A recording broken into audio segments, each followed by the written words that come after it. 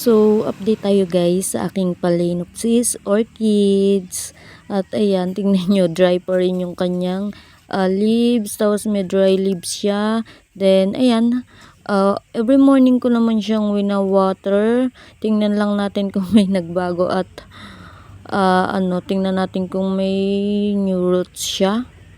Then, ayan, ikot lang natin.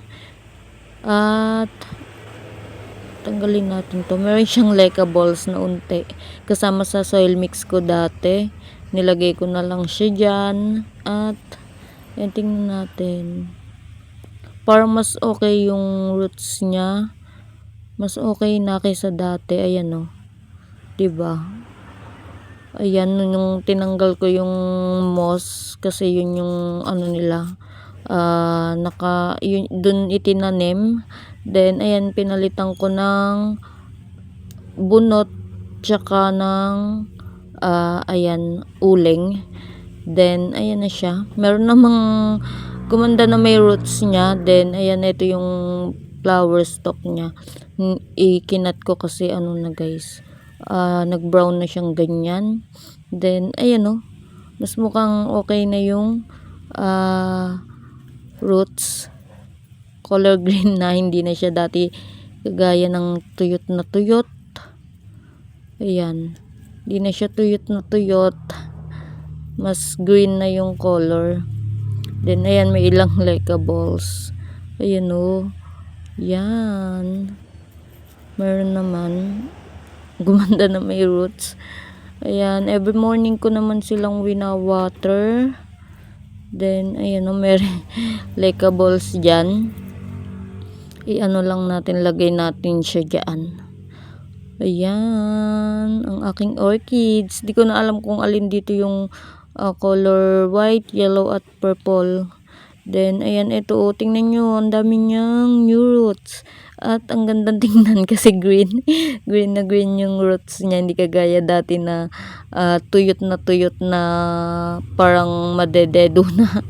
Ayan, meron siyang new roots. Then, ayan, every morning ko silang wina-water. Tapos, yung pinapandilig ko dito is yung hugas bigas. Ayun yung wina-water ko dito. Kaya, hindi ko nakakalimutan diligan every morning. Ayan o, meron ng new roots. Then, nakaka-happy.